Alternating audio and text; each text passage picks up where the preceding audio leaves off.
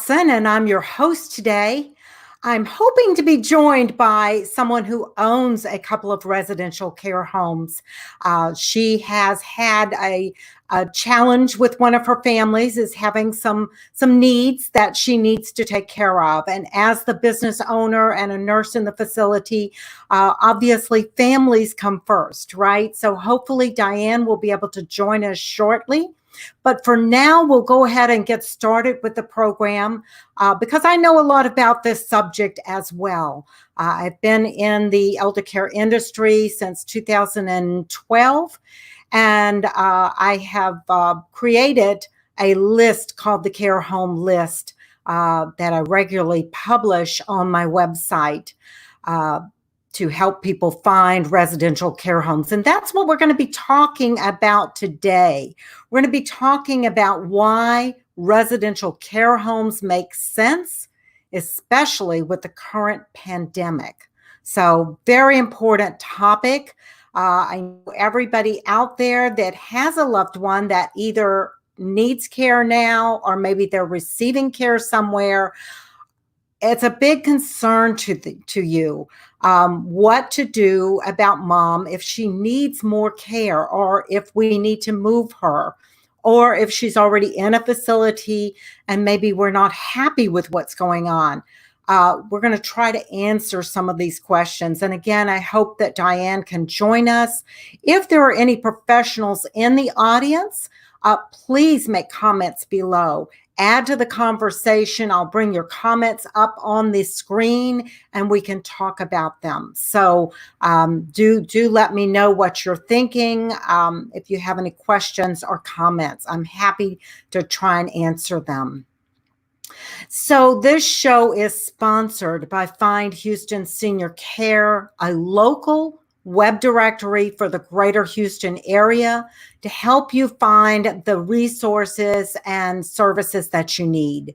So we specialize in 3 categories: the care home list with the residential care homes throughout the greater Houston area. And we do visit each home prior to adding them to the list. Not everybody makes the list, okay? So you can be assured of that. That said, you still need to do your own due diligence, as always. If you're finding care for a loved one, don't rely on what I say or what anybody else says. I don't care if it's your doctor, your nurse, you have to do your own due diligence as well. Use their recommendations, but do your own research. Okay. That little disclaimer done. We also specialize in home care agencies. So I, again, have a top 20 home care agency list. It's not full yet because I'm taking my time getting only the quality home care companies on that list. If you think you should be on that list, if you're listening to this, reach out to me. You can go online, you can fill out an application, and then I'll review it and give you a call. We also have, and I see Diane coming in, so I'm going to bring her up in just a minute. I'm going to let her get her camera stabilized there, and we're going to bring her onto the screen in just a moment. The third area that Find Houston Senior Care has is the top 20 professional list. And we have a lot of organizations listed there where you can get their information, websites, and all of that. We have professionals like senior move managers and elder law attorneys and other professionals that are on that list. So, without further ado, we're ready to talk about why residential care homes make sense, particularly with the current pandemic. And I'm going to bring Diane. Whoops. Yep. Okay. I'm going to bring Diane up, hopefully. There we go. Hello, Miss Diane. How are you? Good morning, Catherine. Nice to see you this morning. It's been a challenging morning, I understand. I was telling everybody your first job is to take care of the families. And that's what you were doing this morning. And Absolutely. so, the show goes on and we just bring you in when we got. But you're here right on time. Perfect timing. We're just getting ready to start talking about this topic. If I could get you to just stabilize your camera, if you're I know, I'm trying to find the right. I had to end up going on my phone. We lost power okay. on top of everything else. So I'm trying to get everything situated. Is that okay? Yeah. Do you have it stable against something so that you don't have to touch it and it doesn't wobble? I so apologize. That's okay. We're all good.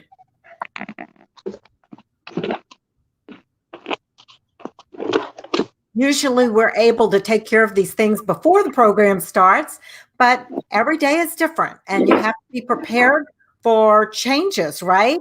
We're all going through a lot of changes right now and we're all adapting and you're perfect now. Great. Okay, great. Okay, Okay. great. So Diane, let's start off by, if you would just tell us a little bit about who you are, what your background is, and what you do.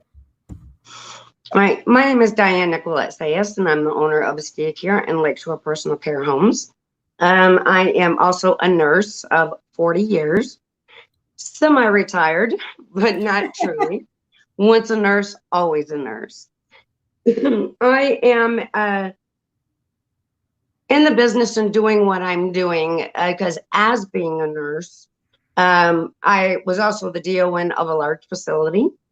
I was also the nurse case manager for DDD Homes in Arizona, which is for mentally disabled adults. And I have been into almost, I can't even tell you how many nursing homes, care homes, large facilities. I have been in so many, and I try to teach, as I go along and to help, everyone that I can. And I am doing this because I am the prevention of going into a nursing home. Mm-hmm. And in my belief, and it is my belief, that America should be ashamed of the way we take care of our seniors. I agree. So I can't save the world, but I sure can save some. Yes. Yeah. And you do a wonderful job. Diane has been on the care home list at Find Houston Senior Care since the very beginning. I'm so proud and happy to have her homes on the list because I know that if somebody goes there, they're going to be taken care of. And that is important to me because my mother-in-law was also in a care home. And I want everybody to have the same experience that we had, where she got excellent care. And there are some good ones, and there's some that are not up to standards. But let's just talk first, Diana, if we will, about what is a residential care home. And these sometimes go by assisted living, small assisted living home, personal care home. They have several different names. So if you hear any of those names, we're talking about the same thing. Yes. But let's talk about what that is, how it's, just go ahead and tell us a little bit more about what that is. Okay, well, they're all pretty much the same. Okay, it's just that in other parts of the world, we are known as group homes. In the state of Texas, they refer to us as personal care homes. When you are licensed by the state, such as I am, even though we are a residential home, we are considered a assisted living facility. Okay, those who do not carry those names are not licensed. And by the state of the law, anything above 3 residents, okay, must be licensed by the state. Okay, but you can still have 3. Consider yourself a personal care home, but you are not licensed by the state. Right. And you have to follow the same licensing rules. You have to jump through the same hoops that the large facilities do, correct? Absolutely. Okay. All right. So why would somebody choose a small residential care home? What are some of the benefits that someone would have over living in a small residential care home as opposed to a larger assisted living or a nursing home? Okay, number one, such as we will say Estia Care, which is my first care home. excuse me, we have an occupancy of 9, to where the large facilities, you can go anywhere from 50 to, 250. So we are more one-on-one care. So therefore, the care that's provided is much better. Okay, because we are always there. They are never left in their little rooms. They are never left in a wheelchair. The only time they are in a wheelchair in my homes is when they're eating dinner, because they happen to sit better in a wheelchair while they're eating dinner. Other than that, they all have their own personal little recliner, and even if we want them to be as independent as they can be. Okay. And we're going to try to allow that to happen, but we're still going to be there. If they go to the restroom, if they are taking a shower, if they are able to do that themselves, wonderful. But we're still going to be there by their side as a standby assist. Absolutely. Okay. So that's one of the largest things. You're not just a room to us or a room number. We love each and every resident. We are very, very close to all of our families, and we stand beside them 100%. Absolutely. Hold on a minute, Diane. We've got some people in the audience that are making some comments or asking some questions. Let's see. Elizabeth Jackson Harris says hello. She says Clarissa Kara's online. She's so right. Love it. Love it. Yes. So thank you for being on the show. Lightheart Memory Care down in the Clear Lake area says, so glad you'll be talking about this. Yes, it's an important topic. It's an important subject. It truly is, because a lot of people don't even know that we exist. Diane, I'd say the majority of people do not know you exist, because I've gone out and spoken to groups of 200 or 300 people. And when I ask them how many know about residential care homes, personal care homes, small assisted living, they look at me like deer in the headlights. They have no clue what I'm talking about. Even physicians. No, physicians exactly. and some nurses. They don't. And a lot of times if they do, they have a vision that it's maybe not as good, when in fact the opposite is probably true. We chose a personal care home for my mother-in-law because she needed somebody to be there for her all the time. She couldn't be left alone. She had dementia and she had rheumatoid arthritis.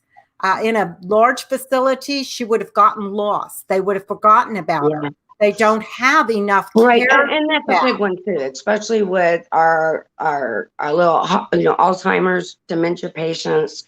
In a large facility, it's just that they can become very lost. Exactly. And, because if they're really large, with 200 plus people, they don't know where to go. Yeah, it's very in this environment. They can really pick back up on some of their memory. They know which room is their room. They know where the bathroom is. So with it being in a smaller environment, they're able truly to be able to recognize things more, recognize staff more, and it actually helps with memory issues.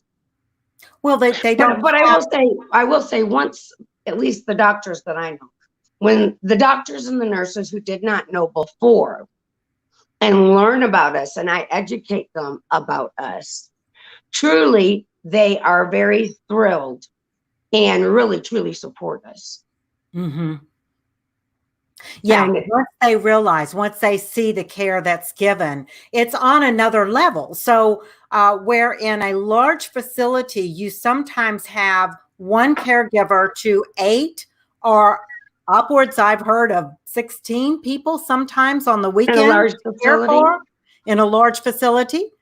And in a small home, it's usually 1 to 4 or 5 at the most. So you've got Right now a in my lot home, more care.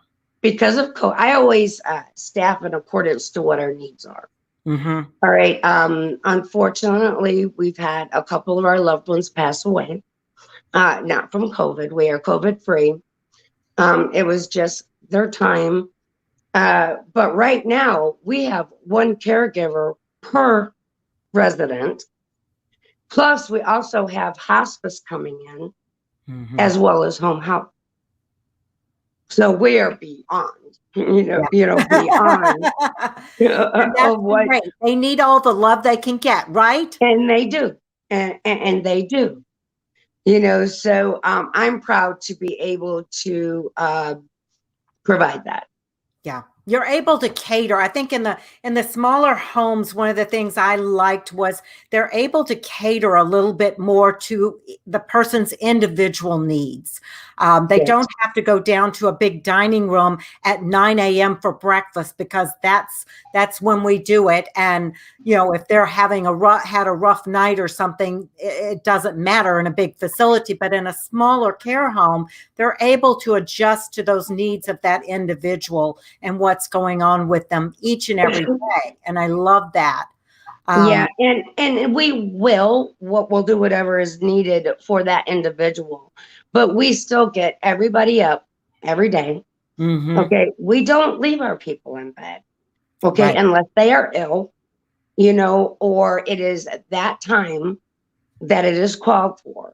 Otherwise, everybody is bathed, cleaned up every day, brought to the kitchen table, and then transferred from their wheelchair from the kitchen table to the recliner. Mm-hmm. So therefore, too, our staff's eyes are on them at all times.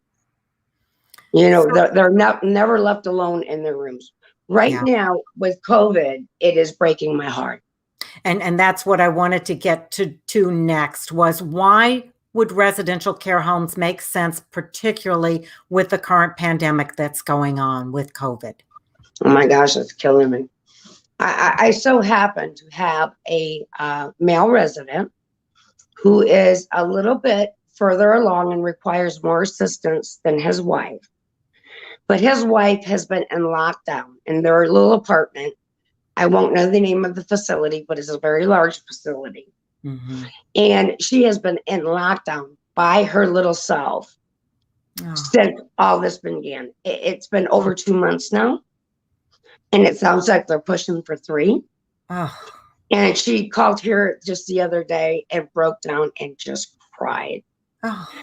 And I really tried to get that family to move her here. Mm-hmm. Because it really, truly, she's beyond what the needs are in a care home. Mm-hmm. But considering the circumstances, she would be so much better in my home than being stuck in a large facility. Yeah. Now, so we don't have to do that here. We are so small, and we know for a fact that we are COVID free. Mm-hmm. We do not have to keep them locked in their rooms. Right. So like right now, the large guys, they're even just bringing trays to the room. Yeah. Dropping them off at the door, walk away. And then that resident is to go get them. Here, they are so That's able heartbreaking. It really is. And the residents are, especially if they have a little bit of dementia, if they have the beginning stages, it's very confusing. Very confusing. And it to be honest with you, with too. end-stage Alzheimer's, I don't even know how they're achieving that. Because that little person does not understand.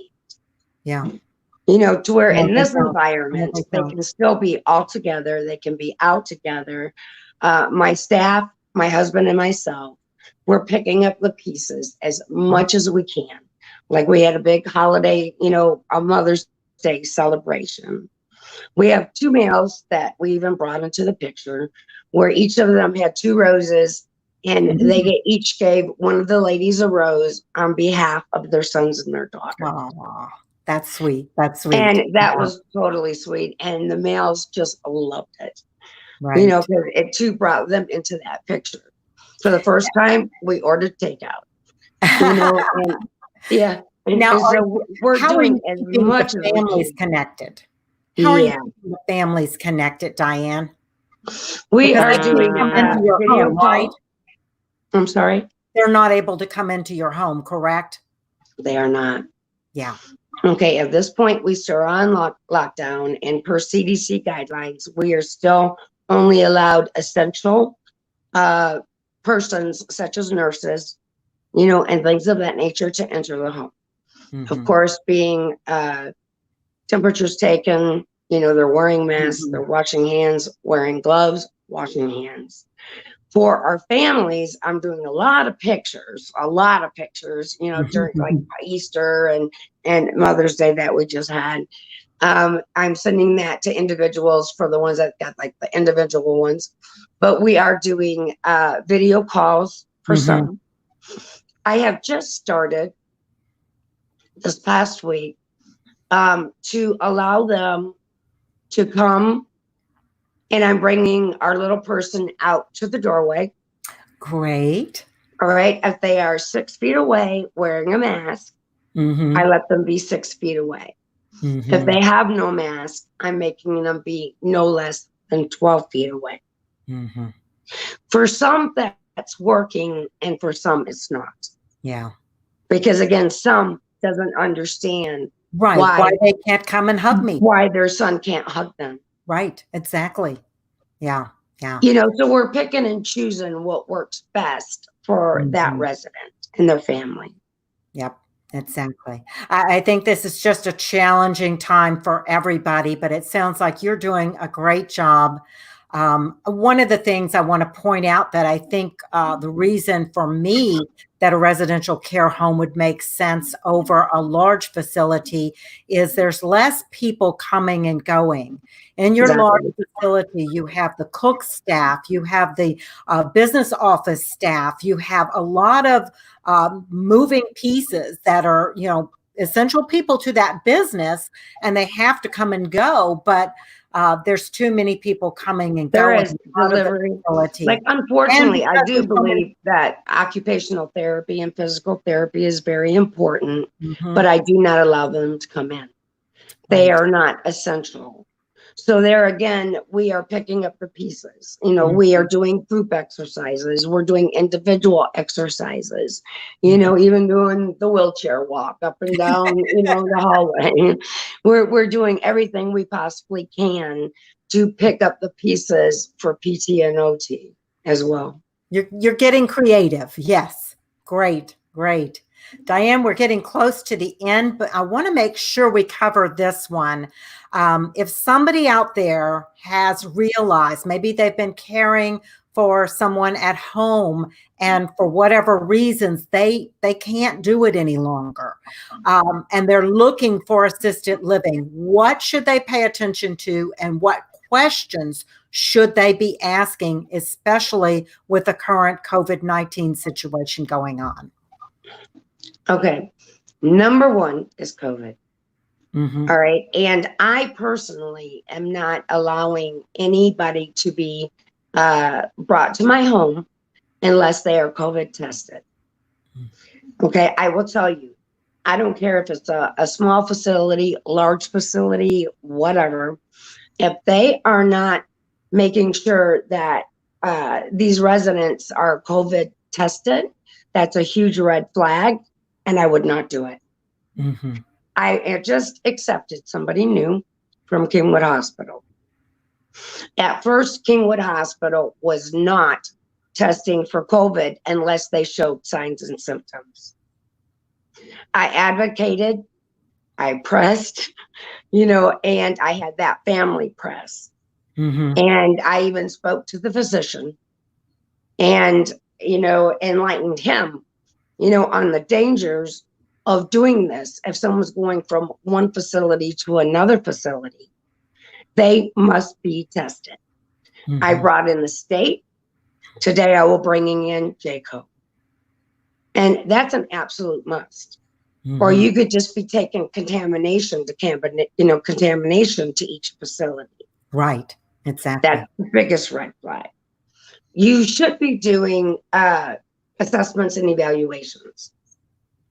You know, is this person the right fit for your facility? Can your staff handle this particular resident? Because I look at everything, you know, and it's a big circle. And if somebody is not taking those precautions and making sure that it's a fit, I would say that's a red flag.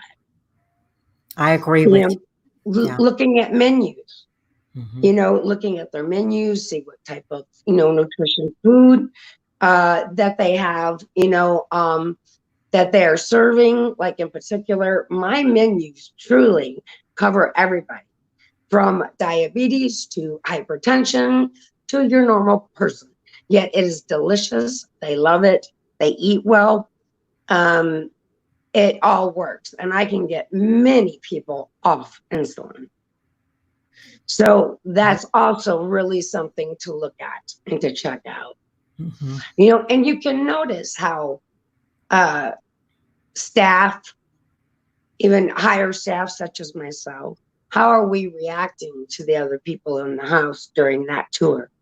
You know, and such as ourselves. I mean, of course, we create a bond, and that may take a little bit, you know, but that's always our goal. And because we do very quickly end up we love our residents, and that's a huge thing. Look for the hearts. Yeah. And you can tell when you walk in, when somebody has a heart for this, it shows instantly. I think you can tell. Absolutely. And that's the way I even do my hiring. And the same, I was going to say the same with the caregivers. I always tell people, look for the smiles. And I'm talking about the caregiver smiles, because if they're smiling, that tells you a lot about that community. If they're not smiling, that also tells you a lot. And I would be concerned. I want to be around a happy person, don't you? Sure. And I think my mom deserves to be around a happy person. Absolutely. I mean, we all have our days, but when I am hiring, that's totally what I'm looking for, is the heart. And I let them bring that on their own.